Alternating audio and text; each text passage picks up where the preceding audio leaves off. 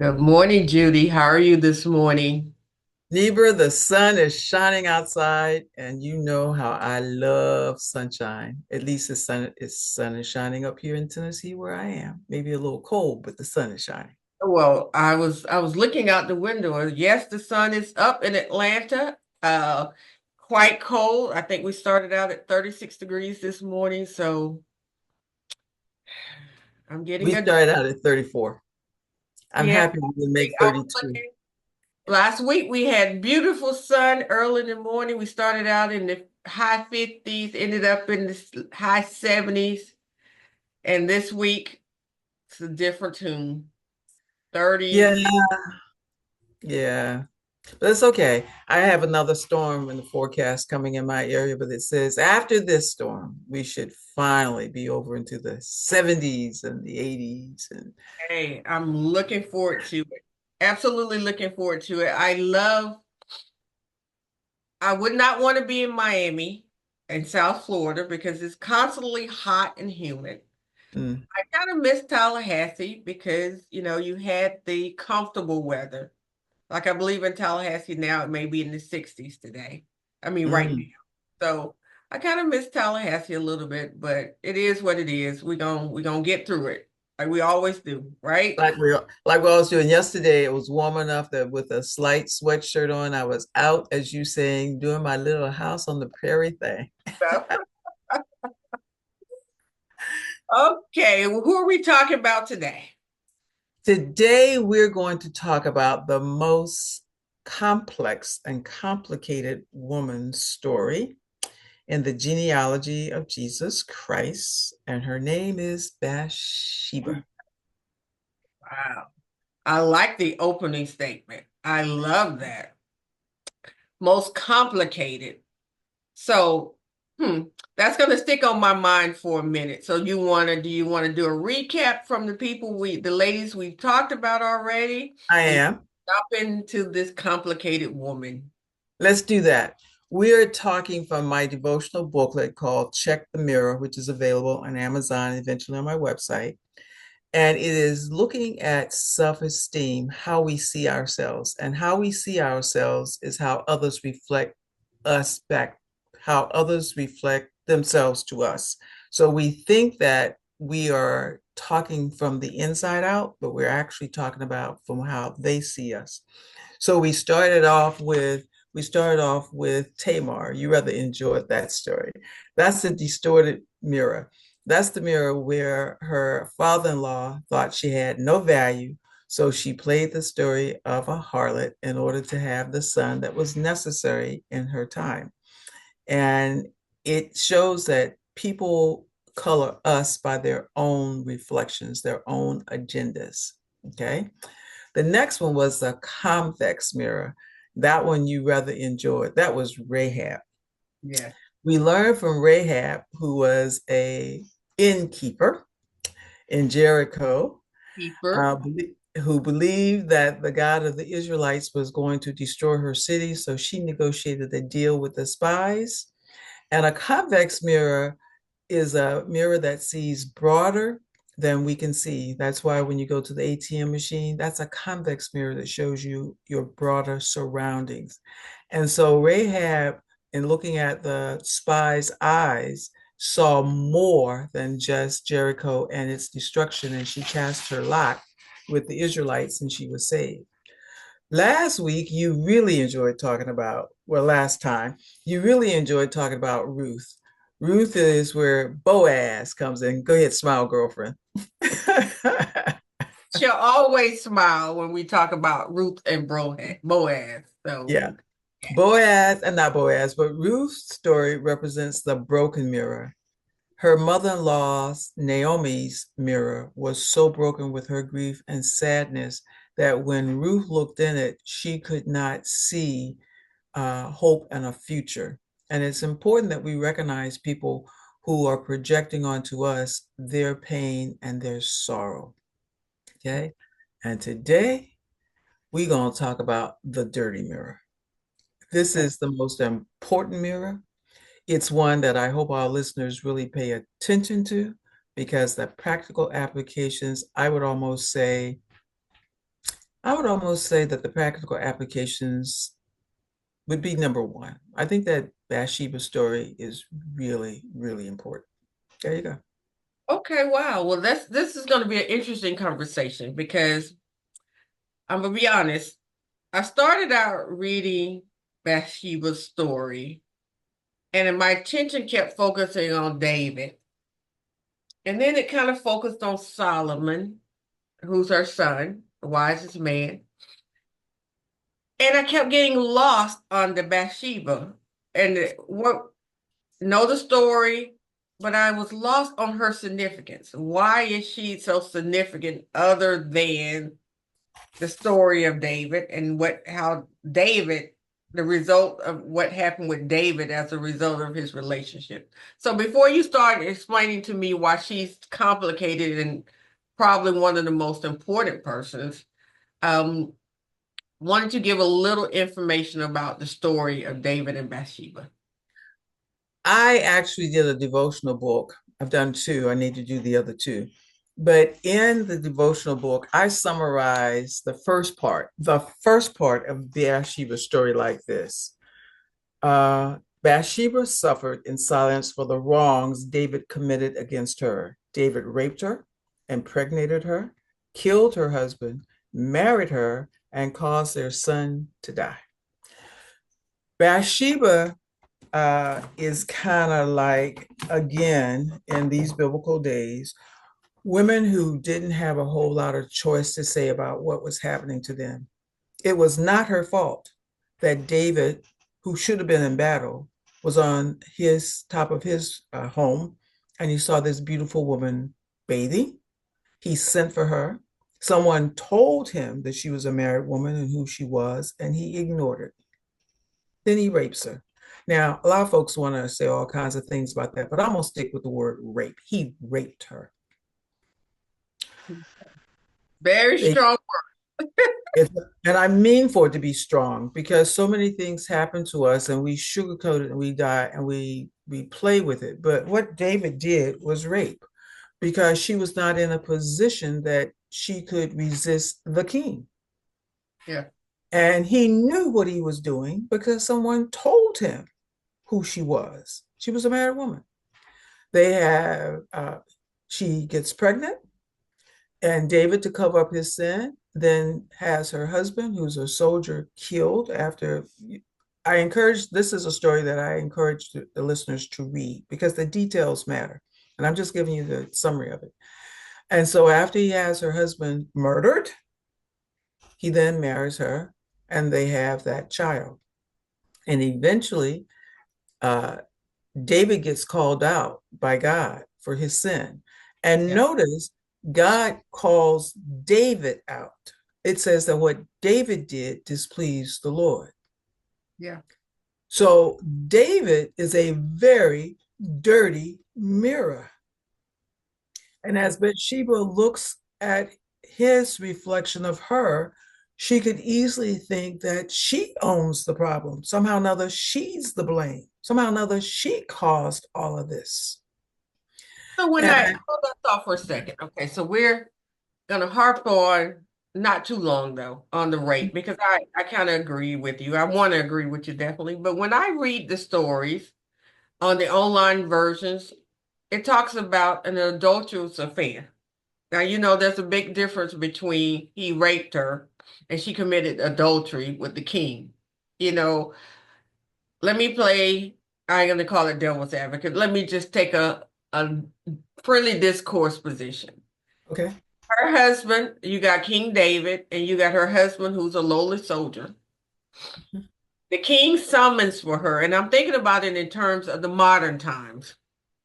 Not gonna call her a gold digger. I'm just gonna say in the modern times, your husband is a lowly soldier, and you have the king who's beckoning for your attention.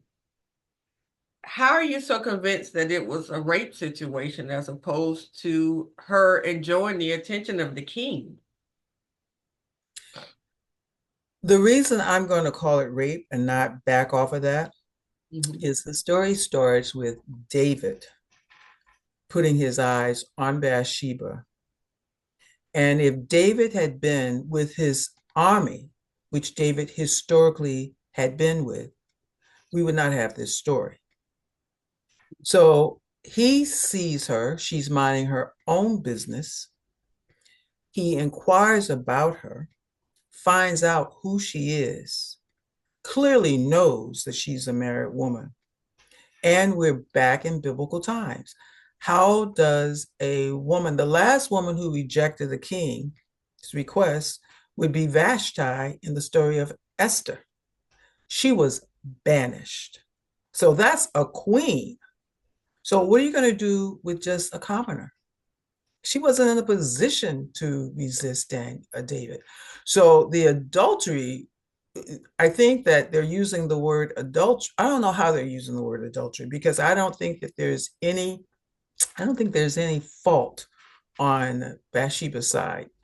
And Okay. that gets us to the end of her story. That's why I'm saying we may have to take this one in two sessions because I only gave you the first part of her story. Then there's a second part. And when you come to the end of it, Bathsheba was greatly honored of God. It was her son Solomon that followed David. He inherited the kingdom. Yeah. Okay. So the implications are that Bathsheba was just the difference is between her and Tamar is Tamar initiated. She initiated the sexual encounter with Judah because Yeah. she was wronged. In this case, it's David who initiates it. And nowhere in the story do you get any implication that Bathsheba was a willing as in she had a choice, Have a choice. had a choice. Okay, I'm gonna give you that. I'm liking it. There is right now, there's so much gossip, drama going on in common times Mhm. and about, I don't know, I know you don't know the story because you don't read and listen to the stuff that I listen to, but there's a story about a certain successful basketball player and his relationship with a woman that led to a child being born. And Okay. he's taken the position that he wants nothing to do with the child. And now there's a lot of what I'm going to call haters, or what's being referred to as haters, who are, tearing down the woman for taking him to court and putting him up for child support. And they're calling her a gold digger. They're calling her so many other negative names. And they're chastising her for making the decision to pursue child support from a very successful basketball player who's worth about 10 million, whose contract pays him $10 million a year. And my question when I'm talking about the story is why are y'all beating her up? It was a willing relationship. It was not a forced relationship. Obviously, he knew that it could result in a child, and a child is born. So why are they tearing down the woman? In this story, and that's the first thing, I'll be honest, that's the first story that came to mind when I'm reading Bathsheba, the story of David. And I have no doubt whatsoever that rooftop, David saw Bathsheba from the rooftop as she was taking a bath. That rooftop now has become social media. You can see whoever you want on social media. So this guy, very successful basketball player, sees this beautiful woman on social media, decides that he wants her, approaches her. Wait. Are those the facts that These are the facts that he reached out to they met her? on social, yes, on He reached social out media. to her. Okay. Reached out Oh, to okay. Hold one more. reached Let me ask out the to fact. her on social media. Wait, wait, They wait, wait, wait, wait. Was he married? Is he nope, married? nope, nobody's married. Nobody's Nobody's married. Okay. All right. Go ahead. I'm with you but now. he's the very successful man, solicits a woman, a very beautiful woman. They engage in a relationship. As a result of that relationship, a child is born. He determines he does not want anything to do with the child. The woman seeks help for the child, and now she's been torn I got down social I media. got you. So do you want me to answer that from the lawyer judge side, or you want me to answer that from the mm, I don't know what to call myself. A woman of God. That's what I'll call myself. Or from the woman of God side. Which side would you like for me to answer it? From the woman of God side, because as a lawyer, I've already dealt with the legalese of it. So as a woman of God, and think about it, I'm thinking about it in terms of the Bathsheba story. A successful man, a common woman. This is what happens.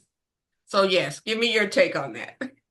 Well, this is also Tamar's story because when Tamar became pregnant and they were ready to kill her, she saved her life by having Judah's ring and staff, okay? Yes, Because he would have wanted nothing to do with the baby. right. I So agree. the woman of God's answer parallels the lawyer judge answer. It's called, and that's another point of this story. Your secret sins will find you out. Hmm. Okay. What you do in the dark will come to the light. And if you're not willing, as old saying go, if you don't want the heat, stay out the kitchen. Yeah, Okay. yeah.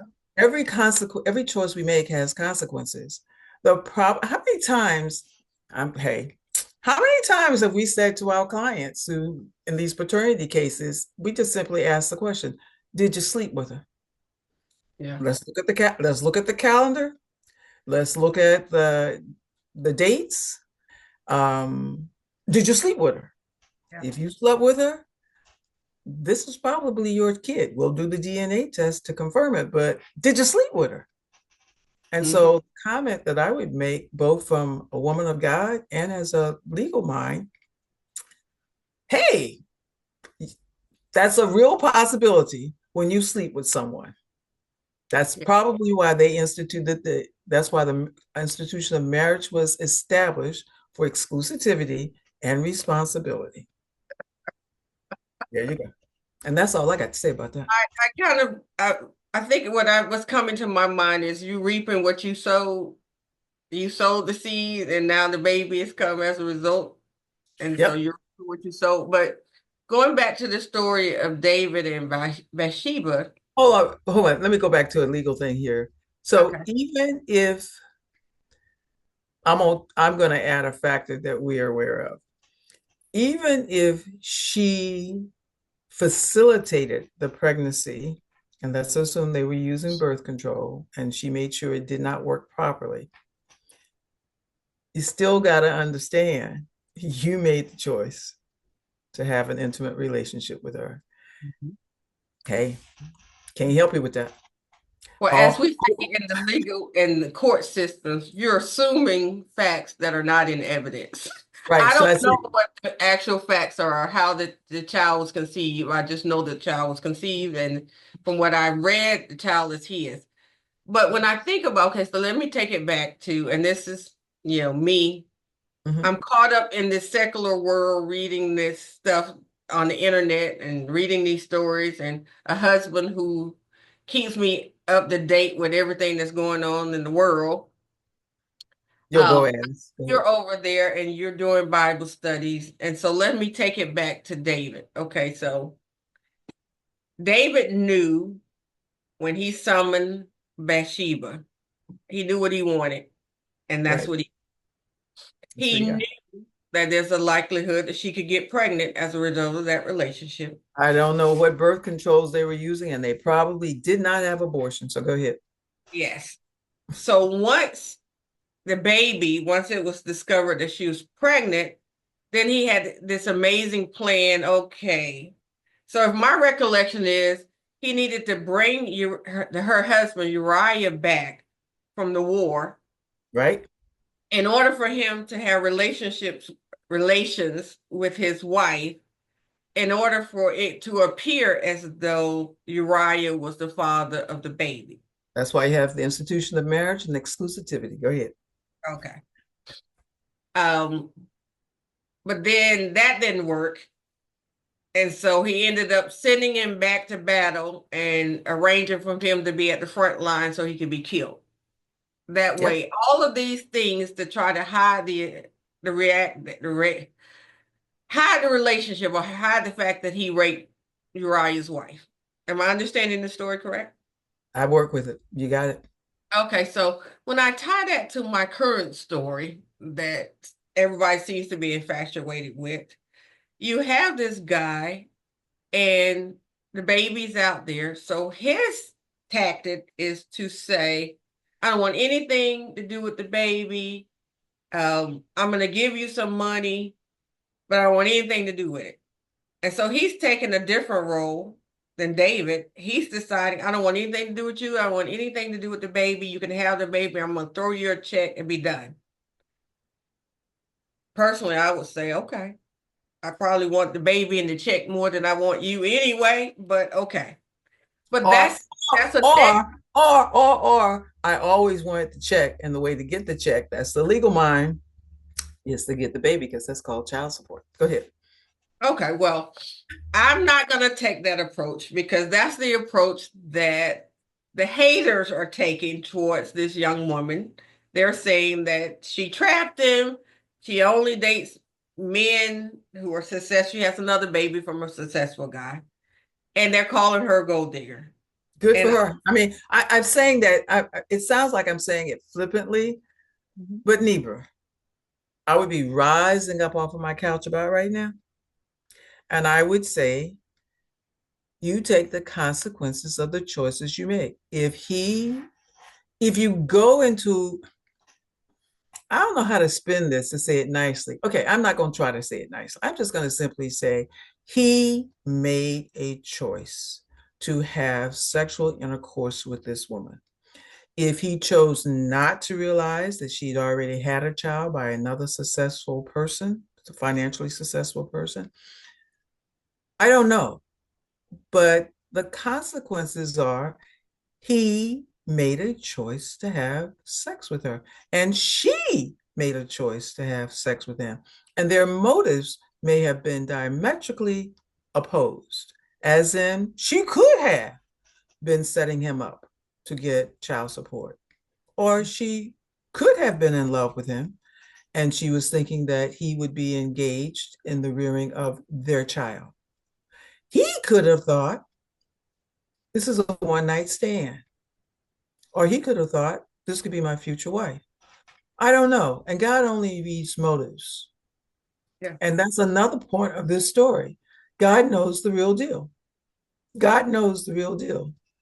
And then when it hits the fan, just like it hit the fan with David and Bathsheba, then people start doing stuff to cover it up or So distance themselves.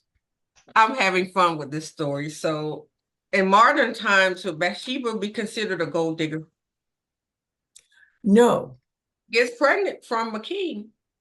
How She can has she be how can she be a gold digger when the king knew she was a married woman? She was minding her own business. He took the opportunity to exercise his privileges and his rights as king. And it's not like today when women, when the law has, when the law has taken, I don't know what verb I want to use here, but the law now will support women who cry rape when they are saying, I did not consent. I was drugged. I said no. He ignored the fact that I said no. Okay. That's not how it was rolling back then. so I'm gonna accept that story. I wanted to kind of poke fun at you. I like you would be rising up from your chair saying, "Did you just call Bathsheba a gold digger?" It's sort of like the house that you can't turn a whore into a housewife when we were talking about some of the women of the past episode. But I agree. I understand. Those were the times. I know for me, when I read the Bible story, I'm trying to find similarities between the past and the present. Because, of course, the whole purpose of these podcasts and these stories is to help people navigate their current and future lives based right? on the story. There are And lessons there that apply. yeah, and so as I was reading the story of Bathsheba, again, it kept taking me to the present times and how things roll in the present day, the modern times, as opposed to back then. So I understand that she didn't have a choice. Women have choices these days of who they're going to lay down with, and they assume the responsibility of the child that is a result. And for some women, a lot of women, they enter into these relationships hoping that it's going to be a long-term parenting relationship, maybe a marriage, but definitely a co-parenting relationship, only to find that they don't have a father to co-parent the child, but they may have a sizable check. Um, Now, did Bathsheba get a sizable check as a result of what happened to her? What Bathsheba got was her husband was murdered. God punished David for his sin by allowing the conceived child to die. And she became a part of his, well, she became another wife. She was the eighth wife. Okay. I wonder what Bathsheba really thought about all of that because she was minding her business. There's no indication that she was unhappy in her life. Yeah. Okay.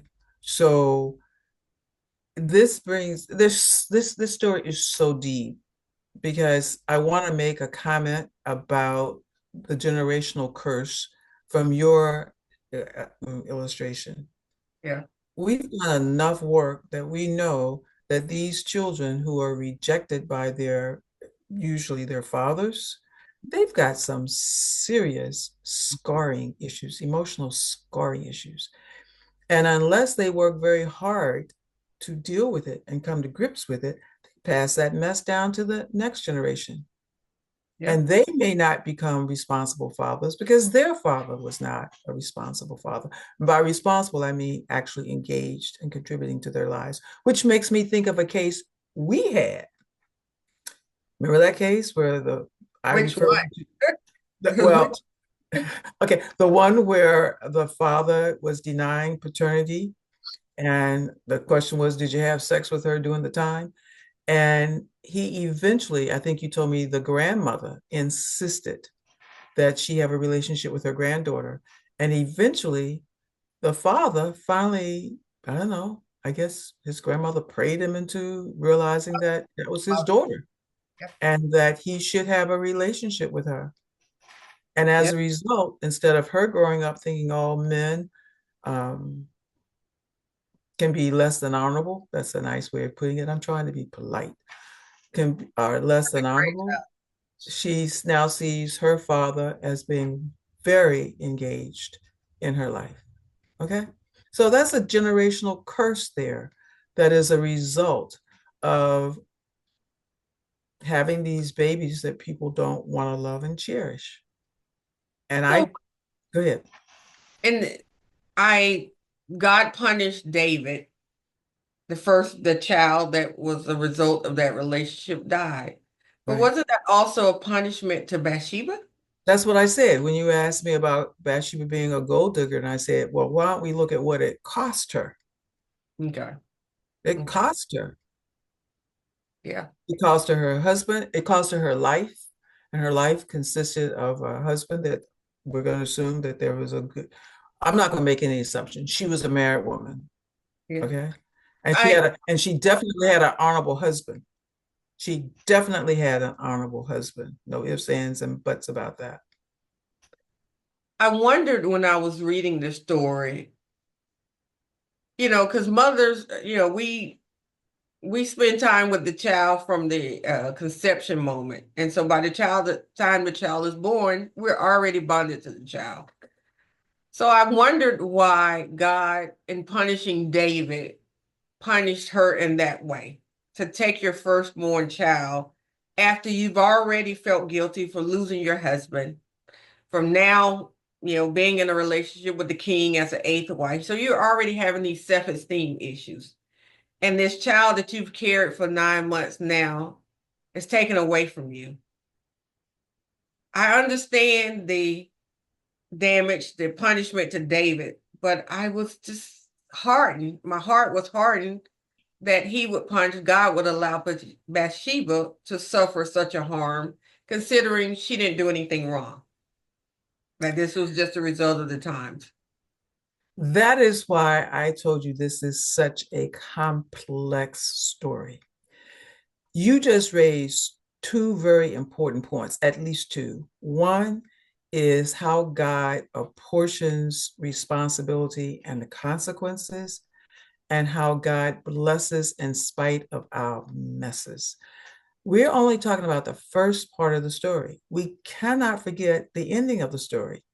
And Yeah. the ending of the story is he took away the child born of a rape, but replaced it with a child born in the marriage who became the heir of David's kingdom. Yeah. I'd say that God truly communicated to Bathsheba that he blessed her. I mean, he just blessed her.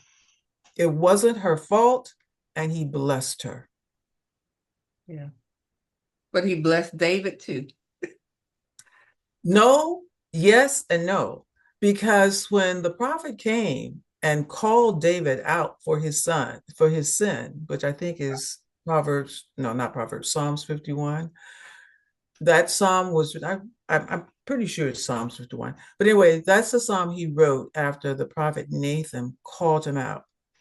And again, you need to read the story because when David responded to the prophet about the man taking the one little Eve, the one little lamb, okay, when he had a ton of them, but he took his neighbor's one little lamb, David was incensed, and he said it will be fourfold punishment. And Nathan pointed his little finger at him and said, "You are the man." And he lost four of his sons, Mhm. directly the results of God's punishment to him. Yeah. Well, I love and I know we're not going to talk about Solomon, the story of Solomon, but we all know the wisdom of Solomon. I I love the story. And like I said at the beginning, I was struggling, other than knowing that she became the mother of Solomon. I was struggling with the significance of Bathsheba. Why Bathsheba? Why are we talking about her? The story, as you indicated, there are a lot of negatives that came out of the relationship. The whole story is a negative story. So, what is it that our listeners can learn from her? Not from David and what happened from David, not even from Solomon, but from Bathsheba. What do we get from her? Okay, the story starts out very, yeah, bad. But the story ends very, Bathsheba's story ends very good. And I made some notes.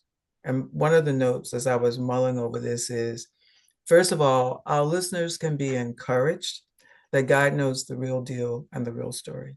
And his punishment is apportionate based on the fault of the parties. Okay. The next point I made out of it was that yeah, you can make lemonade when life gives you a bunch of lemons, but lemons have a cleansing effect, and we need to let that work be done.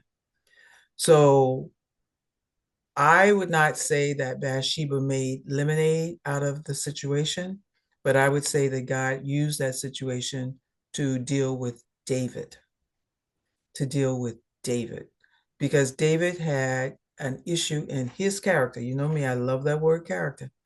David had an issue in his character that needed to be dealt with. And so God used Bathsheba to deal with David. And then there's this other point that and I really do want to come back and do a part two because I want to talk about the latter part of Bathsheba's story, that you can have wisdom in the confines of tradition and custom. And this makes Tamar Ruth, and Bathsheba all in that same category. But then the real takeaway from this is that Bathsheba represents women in the genealogy of Christ whose lives have been dictated by other people, Yeah. Yeah. whose situation has been ordered by other people, and Hmm. God is aware of it. And he's merciful and he's gracious. And as I read my book, and I'm going to refer to it again, Old Stories, New Insights. Old Stories, New Insights is the first one. As I read the points that I made about it, it just made me good. Isn't God good? He's merciful, he's gracious, he's kind. He knows where we come from. He knows what has happened to us. He knows our participation or not participation in it. And he makes a way to still favor us, to still bless us, and to put us in the genealogy of Jesus Christ. And so she stands out. She really stands out. Yes. Well, we talked about this at the last couple, all of the series. I always say God finds the most unlikely characters to give significance to give purpose to. And I, Tamar, I understand. Rahab, I understand. Ruth, I understand. When I look at Bathsheba, when I think about Solomon, who God loved, from what I've read about God loved Solomon. And I know that it wasn't just, as you said, David had multiple wives and he had other children who thought that they were going to ascend to the throne. Right. But she made sure she did what she needed to do to make sure that her son Solomon would ascend to the throne. So I know that. And then God loved Solomon greatly. And we, Stop right there. She did not start that. God said that Solomon would inherit the kingdom. That was her reward for what Mhm. had happened to her. Mhm. Her son, of all of David's sons, would inherit the kingdom. And because God had announced it, when the other sons started doing things that would imply that they were going to take the kingdom, because the kingdom should have passed down in birth order, Right. then God gives her wisdom. And that's the second part of the story. And that story is just, the second part is just as fascinating as the first part. So I would like to do a part two on Bathsheba because I want to talk about the lessons that we learned from her in the second part. Okay. Okay. Well, I I'm looking forward to the second part. Because Can I again, can be before we go there, I do want to make this personal application. I want to just come right out and say it with a legal background as a woman of God.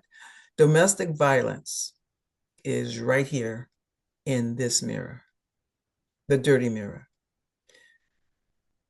When people seek to abuse others, however they do it, in these intimate relationships, however they're configured, it is, I can almost say, close to 100%.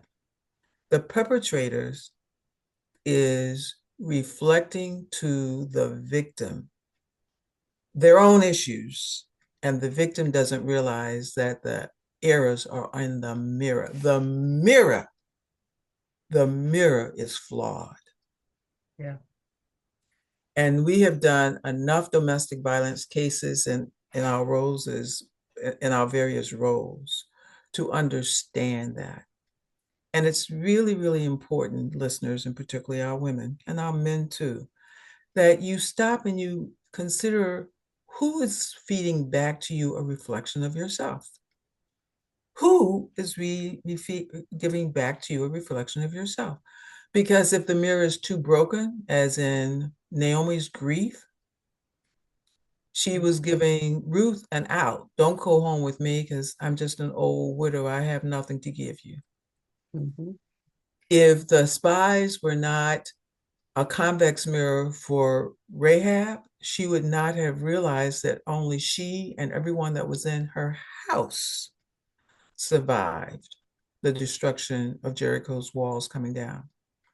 And if the mirror is distorted, as in Judah's view of Tamar, she would not have been in the genealogy of Jesus Christ with those twin boys, one of whom was those twin boys. So when we get to Bathsheba, this is probably one of the most serious times we've had. I can't say it enough. If the mirror you're looking at is dirty, then you're going to see a dirty image of yourself, reflection of yourself.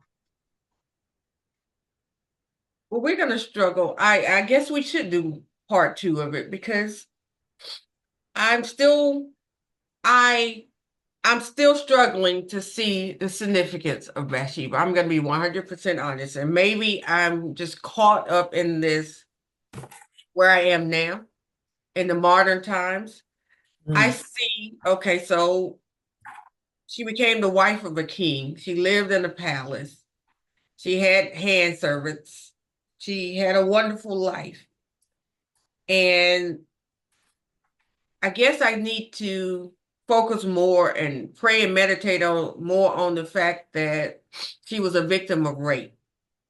But even as a victim of rape in modern times, you still don't get to live in a palace and be the wife of a king. And you more than likely don't have a Solomon. And so I'm struggling with that, and maybe I need to pray about it a little bit more, and maybe we need to go more in depth about it. We can do a part two if you want to, because I know her seed. I know the importance of her seed. I know the importance of David's story, and maybe she needed God needed to put her in that story in order for us to understand the consequences of sin, which is David, and redemption, which is Solomon. And so I guess that's it. We learn the story, the consequences of sin, and we learn the power of redemption from her. What about we learn that bad things happen to good people? And the question of why, which really can never be answered because it takes us back to a fundamental principle about God's character, that he knows all and he does what's best and he doesn't explain himself to us usually. We've had those conversations before. I think that Bathsheba's story is very important because it gives us hope and faith that we will not um, that our self-esteem should not and cannot and will not be determined by people with their own dirty, dirty mirrors trying to project that onto us. We literally go, no, no. And when it does happen, God is still merciful and gracious, and he can bring something very wonderful. So that lemonade example that I gave, life gave her a basket of lemons. For her, I don't even think she made lemonade. I think God gave her lemonade. But for David, those lemons have a cleaning quality. That's why you have lemon and all these Clorox and all this stuff. Um, David had a flaw, and God. This morning I was thinking about the practical implications of God. The practical implications of God. These are the ones that just came to mind as I was mulling it. God knows me. He knows me, but he knows everybody else. Yeah, And then he knows how we all interact and connect with each other. That yeah, to me is mind boggling. And that he orchestrates it so that these connections are formed. And he yeah. also knows the consequences of those connections. That to me is just mind boggling. It's mind-boggling to me too when I think about, God orders our steps. God knows what's going to happen even before it happens. If I could sit down and have a conversation with God about this story, I would say, why'd you have to do it like that? Could you have let David see a woman and admire a woman? Well, the man already had several wives, so let's just acknowledge that. But let him see a woman who's unmarried. Why do you have to take a woman? Why, God, why'd you have to let him admire a woman that was married? And then why couldn't he just take responsibility, apologize to Uriah? Why you got to kill the man? It's like, okay, God, why?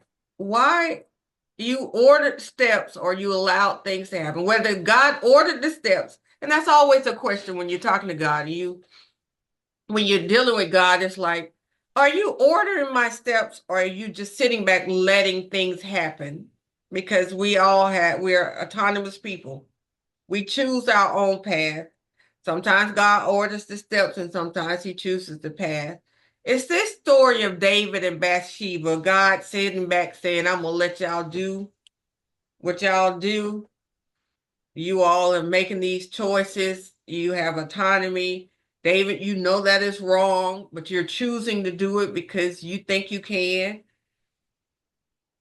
Or is this God's ordering his steps and setting it up this way in order for us to learn a massive, a significant lesson? I don't know. I'm confused. I I can answer that. I can answer that in one hand, what I can see if I can answer that in one sentence. The story of David and Bathsheba again reflects the story of Adam and Eve. God created a perfect world, but he gave us freedom of choice. And the choices that we have made, God, because he gives us freedom of choice, has to respect our choices. But what makes God God, hallelujah, is that he can take the mess that we have created and turn it into a blessing. Okay? That is a takeaway of our relationship with God. We have freedom of choice. He allows us to make choices, but he is God and he can take those horrible choices that we make and spin them so that they become an amazing blessing. And that gives us a testimony to share. So, why he allows it? It's because if he didn't allow it, he would not, in fact, be giving us freedom of choice. Yeah. Freedom of choice means God has to put up with a lot of stuff he would not desire, a lot of stuff he doesn't want. A lot God does not get his way all of the time. But because he's God, he can make it come out. I love that. Romans 8:28, all things work together for the good of them that love the Lord. It's going to work out for my good and to God's glory. And it may appear from the earthly point of view to be very messy, very, very messy. But This is God's messy. okay. But God's God, he knows exactly what he's doing. Well, on that note, I don't know a better note to end on. So I'm going to pray and meditate over the story of Bathsheba. And I guess we'll be doing a part two. We're doing a part two because now we got to talk about what happens with Solomon. And that's an interesting story. By the way, her story is found in 2 Samuel 11 and 12. and this is one of the first times, well, one of the few times in this podcast, I'm actually encouraging people to pick up my book and read it. Old Stories, New Insights, to read about Bathsheba because I take the time to break apart each one of these events in her life and draw some lessons and implications. But I want our listeners to leave this thing saying, because God is God, hallelujah, praise his name. It does not matter what happened to us. If we allow him, he will turn our messes into blessings. And I think there's some quote like that, but anyway, it's the truth. Amen. That's all I have to say. Amen. Well, as always, it has been a pleasure, Judy. I love our engagement. We don't always have to agree on every single thing. We definitely come from different points of views, different upbringings, but we always end up at the same point, which is the reason we started this podcast to begin with. We will argue. We will bring different point of views to the table, but at the end of the day, we're on the same accord. I accept that how you ended it, that no matter how messy our situation is, God always blesses us. He always he gives us a way out. He That's gives what I like to see. I see my way out of the mess. I'm wallowing in it right now, but God opens the window or opens the door and he sees me. He gives me a way out of my mess. And which he now puts us back, not to cut you off, but puts us right back at the beginning. He offers us a way out, and then we have freedom of choice again. Do we yeah, choose to accept it? yeah. It's a, Amen. it's a cycle. We make a choice. God Yes. responds to the choice. Then we get to respond to his choice. And the goal is to get to the place that our choices um, are in line at the front door. We make a decision understanding the consequences before we do it. So maybe if you don't want to have these children that both parents don't want to rear, you might not want to just Nope. engage. There you go. That's another discussion for another day. That is enough. And and if the child is conceived out of wedlock, the whole issue, excuse me for a minute, the whole issue there, you know, that's another conversation. That's the lawyer in me coming out. Conversation for another That's the day. lawyer. Yes, goodness. I That's love a you, whole girl. lot going on. So we're gonna talk about that on off camera. We'll have a lot to talk about. Well, Judy, it's always a pleasure. Um, I I thank you so much. Because of these podcasts, I am forced to learn about the women of the Bible in order to have something to say. And I always leave the discussion, refreshed with a whole new point of view. And today, I'm going to say I came in with one idea and I'm leaving with another. So I'm looking forward to learning more about Bathsheba and talking about her more on the next episode. Remember, on our journeys to understanding how to live the balanced life, these biblical women have principles to teach us if we would just listen and learn and apply. All right, we've said bye enough. One, two, three. Bye.